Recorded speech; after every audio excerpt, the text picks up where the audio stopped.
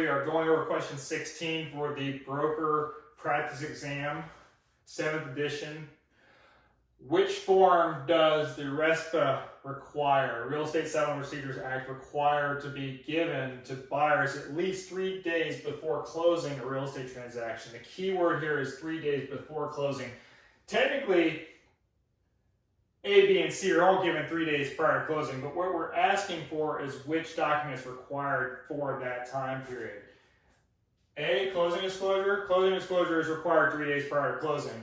B, loan estimate is required 3 days after origination.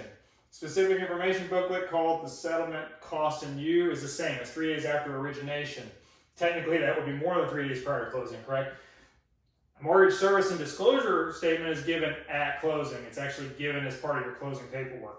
So A is the best answer here because A is the document that's required 3 days prior to closing. The other ones are required way prior to that 3 days. This one's required 3 days, no later than 3 days prior to closing. So hopefully that helps. Again, it's the best answer. A, B, and C are all correct, but A is the best answer here.